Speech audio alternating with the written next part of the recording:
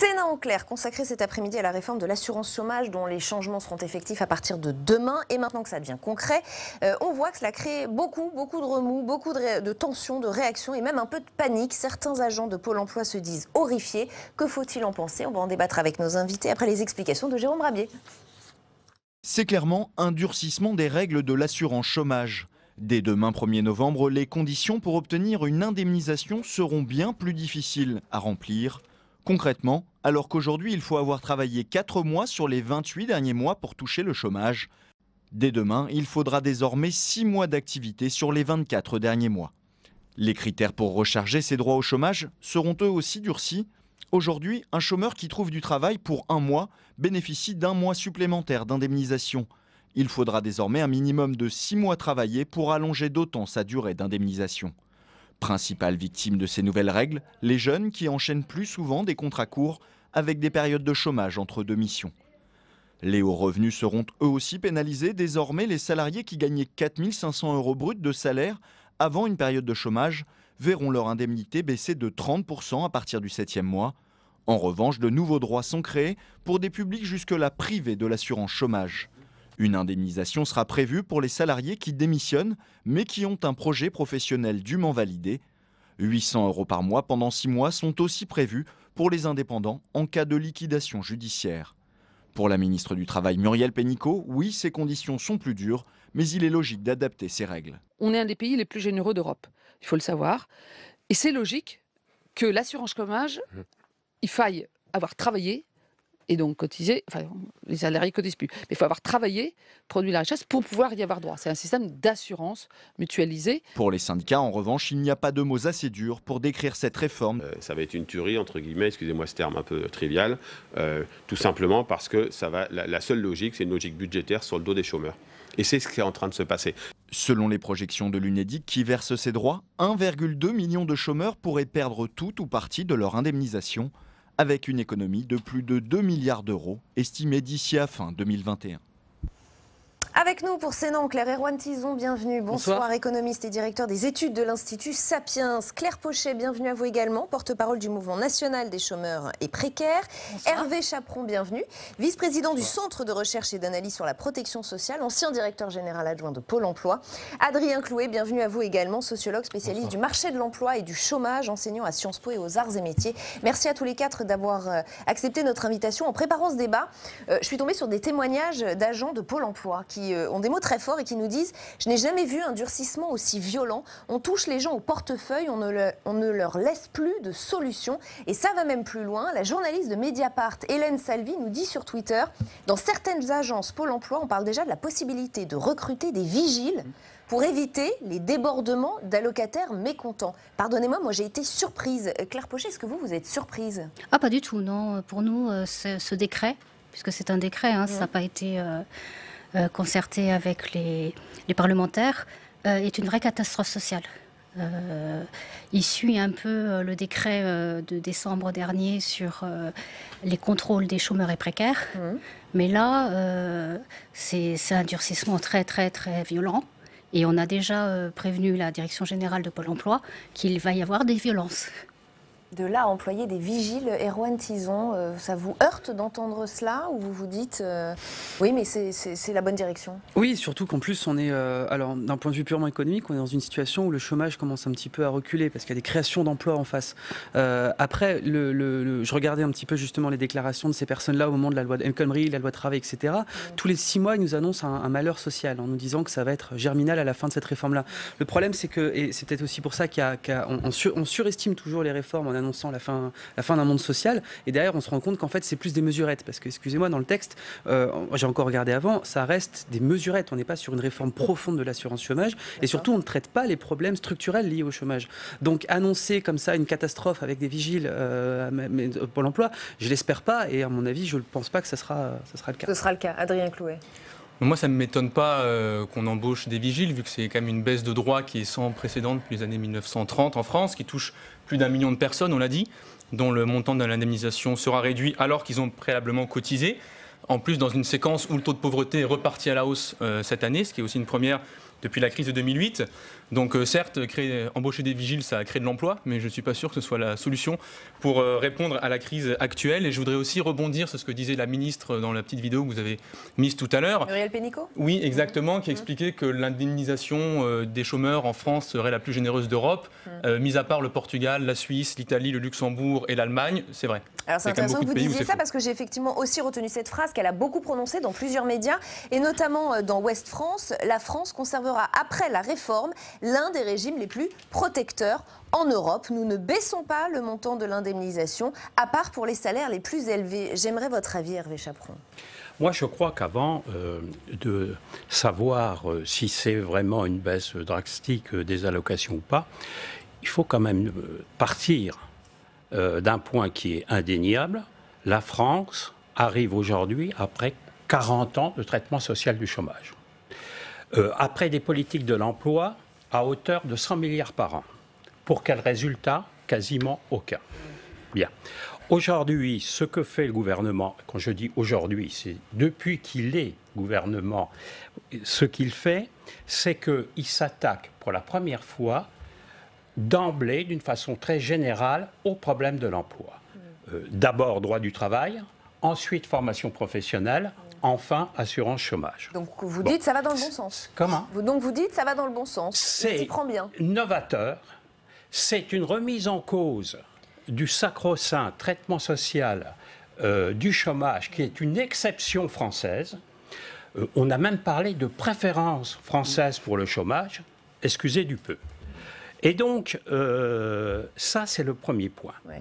Deuxième point, cette réforme, très précisément, est dans le prolongement de la première mesure sur l'emploi par le gouvernement, qui était la suppression des contrats aidés. Oui. Vous m'aviez d'ailleurs invité sur ce même plateau pour en parler. Oui.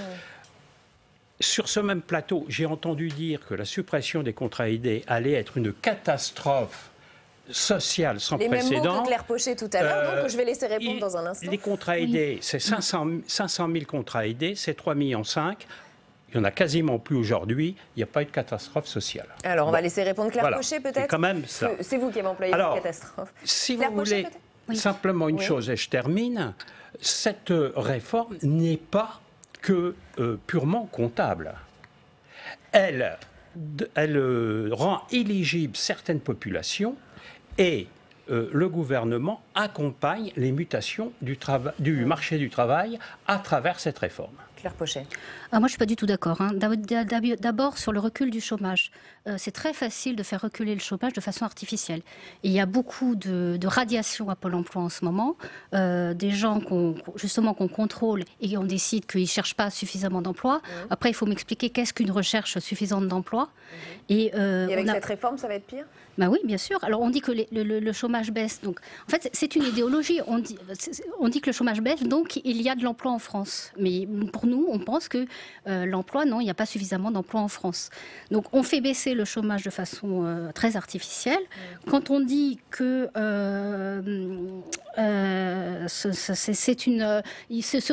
vous avez employé le mot de mesurette, ce ne sont pas des mesurettes. Il va falloir désormais travailler 6 mois pour être indemnisé sur 24 mois. Quand on sait qu'on est dans une société où de plus en plus nous avons des contrats précaires. Récemment, il y a eu une étude de la DARES qui, sur l'année 2019, disait que la moitié des emplois étaient des CDD de moins d'une semaine. C'est quand même la DARES qui a dit ça. Donc, en fait, quand on va à Pôle emploi et qu'on leur dit oui, mais la permittence, les gens qui ont des petits contrats n'auront jamais 6 mois d'indemnisation. Donc, ça veut dire que ça fait 500 000 personnes en moins d'indemniser. Les contrats aidés, je peux en parler puisque j'étais en contrat aidé il y a 3 ans. Bien sûr, je travaille dans une association, on n'a pas de moyens. On n'est pas a priori pour les contrats aidés. Mais on nous a dit, on vous baisse les indemnités, vous n'aurez pas d'aide, mais on vous donne des contrats aidés. Après, cette mesure-là des contrats aidés, ça a été fait brutalement on a enlevé brutalement les contrats aidés sans rien dire à personne. Alors, cette réforme a-t-elle été lancée pour faire baisser le chômage ou avant tout pour faire des économies? C'est aussi une question qui se pose, puisqu'a priori, les économies seront substantielles. On parle de 3,4 milliards d'euros sur 3 ans. La ministre du Travail le reconnaît, elle le justifie toujours dans Ouest France. La dette de l'Unédic est de 35 milliards d'euros et faire des économies, c'est se donner les moyens de faire face à des difficultés économiques le jour où elles se présenteraient. Qu'en pense Sophie Taillé-Polian? La sénatrice Génération est au micro d'Alexandre Poussard en salle des conférences du Sénat et je vous fais réagir après. Sophie Taillé-Polian, cette réforme de l'assurance chômage, c'est d'abord une manière pour le gouvernement de faire des économies. Oui, bien sûr, des économies sur le dos des plus précaires et des plus pauvres. Donc il faudrait plutôt que l'État prenne en charge lui-même, sur son budget, les politiques d'emploi, plutôt que d'assécher l'Unédic qui finance aujourd'hui Pôle emploi et qui donc, pour résorber ce déficit qui a été créé comme cela, eh bien, prennent sur les plus pauvres et les plus précaires. Parce qu'aujourd'hui, la dette de l'Unédic, c'est 35 milliards d'euros, il faut quand même éponger cette dette. Oui, mais en fait, comment a-t-elle été créée, cette dette? Elle a été créée par une augmentation du chômage et elle a été aussi créée par le fait que le financement de Pôle emploi, qui était auparavant fait par l'État, c'était sur les crédits de l'État, eh bien, a été peu à peu transféré sur le budget de l'Unédic. Donc ça a créé un déficit, donc maintenant on cherche à le résorber. Mais on cherche à le résorber, non pas en faisant cotiser un peu davantage les entreprises, mais en faisant payer les plus pauvres et finalement les sans défense. Donc l'État fait des économies sur le dos des chômeurs. Bien sûr, parce qu'en fait, si on regarde tout le périmètre des dépenses publiques, on voit que l'État finance les politiques menées après la crise des Gilets jaunes par la sécurité sociale et finance le fait qu'il n'y ait pas trop de déficit sur les plus pauvres et les plus précaires, sur les chômeurs, en les culpabilisant, ce qui est... J'ai qu'un mot en fait qui me vient, c'est dégueulasse. Ah oui, d'accord. Le mot est assez fort. Donc ce que vous proposez pour équilibrer ce régime d'assurance chômage, c'est que l'État dépense plus pour alléger l'Unédic. Mais écoutez, aujourd'hui, on nous dit, voilà, vous inquiétez pas, on va mettre davantage de conseillers à Pôle emploi. Qui va payer ces conseillers? L'Unédic. Il serait temps que l'État reprenne en main ses responsabilités. La politique de l'emploi, c'est à l'État de la financer. Et quand les travailleurs cotisent pour leurs indemnités chômage, eh bien, que ça leur revienne. Très bien. Merci beaucoup, Merci Sophie Taillé-Polian, pour votre intervention. Et merci à vous, Alexandre. C'est dégueulasse, nous dit la sénatrice Erwan Tison. Oui, on retourne dans ce que je disais avant, les prophètes de malheur, toujours qui nous annoncent un petit peu pour faire leur petit buzz personnel. Le problème, c'est qu'ils ont un petit peu une analyse à tête froide. Bien sûr qu'il y a un traitement, je rejoins, excusez-moi, un traitement social du chômage qui a été fait pendant des années. Bien sûr qu'on a un taux de chômage qui est parmi les plus élevés de l'Union européenne, à plus de 2 points au-dessus de la moyenne, et il faut absolument s'en occuper parce que c'est un fléau social. Après, dans cette réforme-là, c'est pas les plus précaires qui en sont touchés. Moi, je serais les cadres, par exemple, c'est les cadres qui ont été les premières victimes, premier pointé du doigt. Ils représentent 45% des cotisations, ils représentent que 15% des allocations, et on va dire c'est vous qui touchez, qui récoltez trop, donc on va vous couper, on va vous rendre vos allocations dégressives. Ce qui quelque part est une atteinte concrète au pacte social, parce que quelque part on est en train de complètement d'inverser les logiques d'assurance et d'assistance en disant effectivement vous ne recevrez plus par rapport à ce que vous cotisez. Ensuite, deuxième chose, sur le traitement du chômage, si jamais on veut s'y attaquer vraiment, et le gouvernement l'a fait, peut-être pas assez, mais l'a fait sur la loi sur la formation professionnelle, c'est une question de qualification. Aujourd'hui, le taux de chômage des cadres, c'est-à-dire des gens qui sont en bac plus 5, c'est 4%. Le taux de chômage des personnes qui n'ont pas le bac, c'est 17%. C'est même moins que ça, les cadres, on est tombé à 3,5%. On a 3,5% pour les diplômés d'un master, donc 4 diplômés d'un master. Les personnes qui n'ont pas le bac, c'est 17%. Et quand on voit qu'on est face à une révolution technologique qu'on ne parle pas du tout dans cette réforme-là, mais qui va balayer justement les fonctions support et qui va mettre toutes ces personnes-là au chômage, et qu'à côté de ça, on a un problème managérial qui fait qu'aujourd'hui, vous avez des personnes qui ne veulent pas recruter d'hommes ou de femmes de plus de 55 ans si elles n'ont pas le bac, faisant fi complètement de 30 ans d'expérience dans le marché du travail. Donc des logiques qu'il faut complètement inverser. On se dit que c'est pas en touchant à des allocations ou en touchant sur la durée de cotisation. Ouais. D'ailleurs, 6 mois, c'est une des durées les plus courtes en Europe. C'est 10 mois la moyenne européenne, c'est 12 mois en Allemagne, c'est 15 mois en Belgique. Et donc, du coup, c'est pas du tout en touchant à des petites réformettes comme ça qu'on va pouvoir s'attaquer au problème français qui est le fromage structurel et surtout répondre aux défis des années qui viennent. Adrien Clouet. Oui, déjà, si jamais vous pensez que ça ne change rien, je ne comprends pas pourquoi vous défendez du coup cette diminution je la défends drastique. D'accord, vous étiez plutôt inscrit en pour par rapport à la réforme, c'est pour ça. Je la défends pas, je dis que c'est une mesurette, il faut pas penser que c'est... Enfin, on n'est pas face au grand soir social qu'on nous annonce ou à Germinal qui serait à partir de demain soir. Il y a 190 000 personnes qui vont quand même perdre la moitié de leurs allocations. Je pense que c'est quand même c'est pas forcément une mesurette pour les personnes qui sont touchées, notamment celles et ceux qui accumulent des contrats courts, qui les enchaînent et ou qui travaillent à temps partiel, mais il me semble que le problème problème fondamental de la séquence n'est pas forcément là. C'est qu'il y a d'un côté un peu plus de 6 millions de personnes qui sont inscrites à Pôle emploi sous des statuts très différents, la moitié seulement qui sont allocataires. Et face à ces personnes, on a eu, dans la dernière enquête besoin de main-d'œuvre, environ 110 000 offres d'emploi non pourvues par an. Ce qui signifie que même si on les contraignait, si on les obligeait à accepter n'importe quelle offre en circulation en réduisant à 0 leur allocation chômage, eh bien, il n'y en aurait que 1 sur 60 qui trouverait du boulot. Je pense que le problème fondamental est là, dans cette équation entre des offres d'emploi non pourvues et 60 fois plus de chômeurs de l'autre côté. Et que tant que cette asymétrie n'est pas résolue, ce n'est pas en diminuant l'allocation des personnes qu'on va changer quoi que ce soit. Il n'y a aucun lien entre le fait... La philosophie de ce gouvernement, c'est de pousser les gens à aller retravailler, et j'ai envie de dire un peu quel que soit le boulot. S'il y a de l'emploi.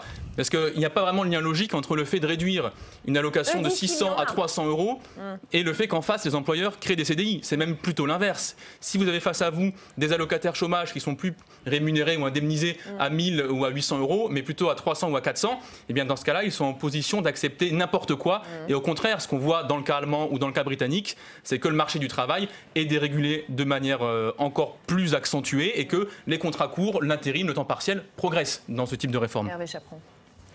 Écoutez, d'abord, deux choses. Je répondrai à ce que vous venez de dire après. Mais la première chose, il faut quand même dire très clairement que l'assurance chômage, sur ses missions initiales, est bénéficiaire. Le déficit de l'assurance chômage, c'est 4 points. C'est, comme vous l'avez rappelé, le financement de Pôle emploi, et la sénatrice a parfaitement raison, c'est un désengagement de l'État.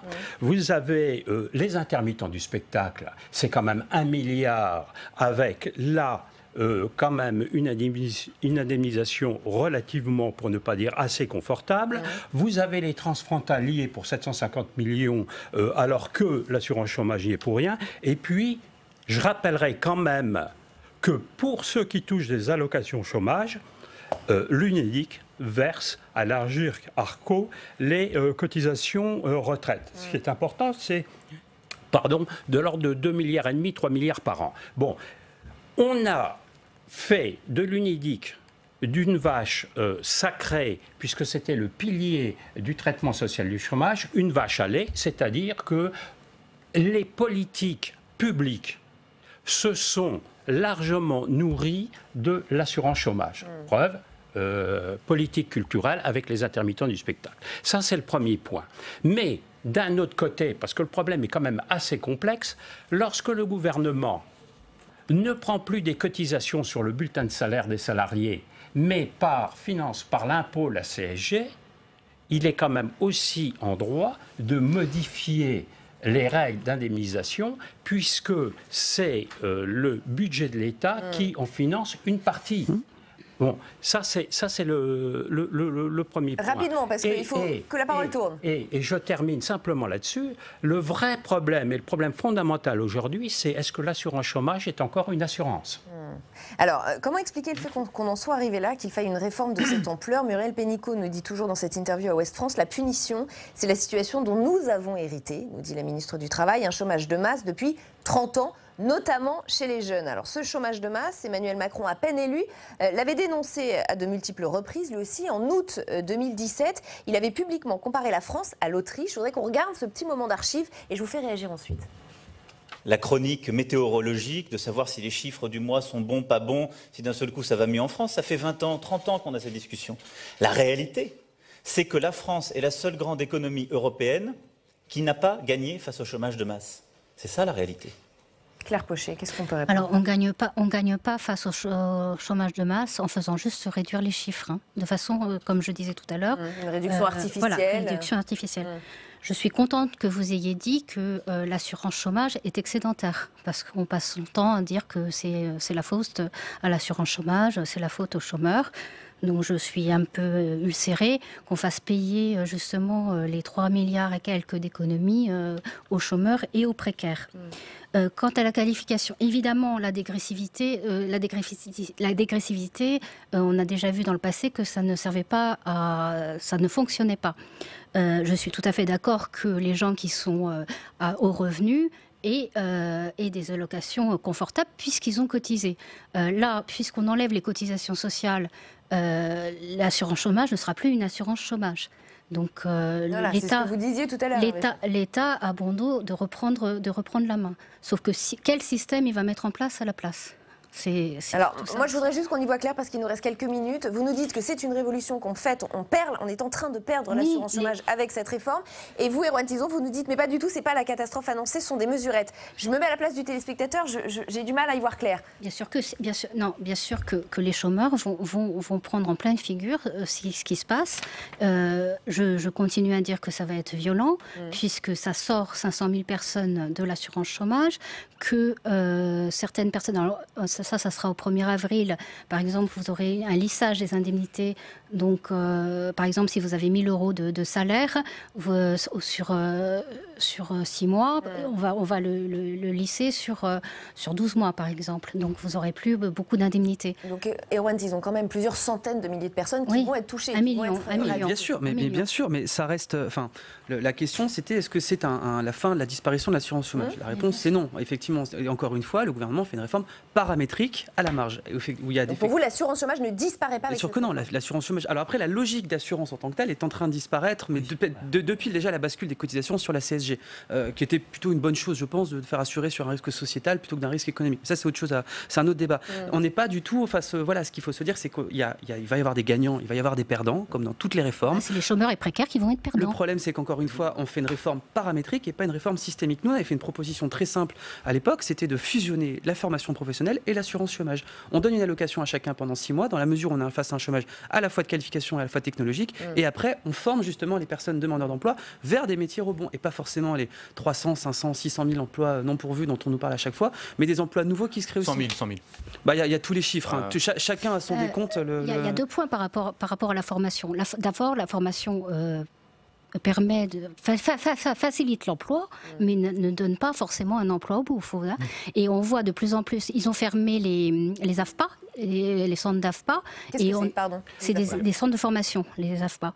Et en fait, de plus en plus, c'est pas des qualifications qu'on présente, c'est des certifications. Ça veut dire que vous n'allez pas au bout d'une formation. Vous avez des modules. Donc, c'est pas la même chose.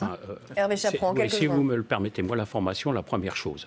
Est-ce qu'on a un système éducatif qui forme au travail concrètement? Non, l'éducation. Je vais vous donner un simple chiffre. Il nous reste La France forme plus de sociologues que l'ensemble de l'Europe. C'est pas vrai. C'est pas grave. Si, c'est vrai. Non. Si, c'est vrai. Et après, vous vous étonnez qu'il y ait du chômage dans cette catégorie-là, je sais pas. Vous voulez dire que le problème part de là? Il n'y en a pas plus dans les sociologues On a un d'ailleurs non système plus. éducatif qui ne veut pas trancher sur sa finalité. Est-ce que, alors je fais très court, simple, et je vais déformer, est-ce que le système éducatif est fait pour acquérir une culture générale ou pour avoir un métier? Non, le système éducatif... On n'a pas éducatif... tranché depuis 40 ans. Non, le système des chômeurs, quoi. Des futurs chômeurs. Le système éducatif est fait pour que les gens puissent se débrouiller dans le monde actuel, mais aussi les formations. Je veux dire, on ne peut pas former les gens. Il faut voir aussi les conditions de travail au travail. Rapidement, si Adrien Clouet veut conclure en quelques secondes. Oui, je pense que là où il y a quelque chose d'intéressant dans ce que disait Emmanuel Macron, c'est qu'effectivement, il y a une singularité française, c'est qu'on est un des rares pays à ne pas avoir encore transformé les chômeurs en travailleurs pauvres.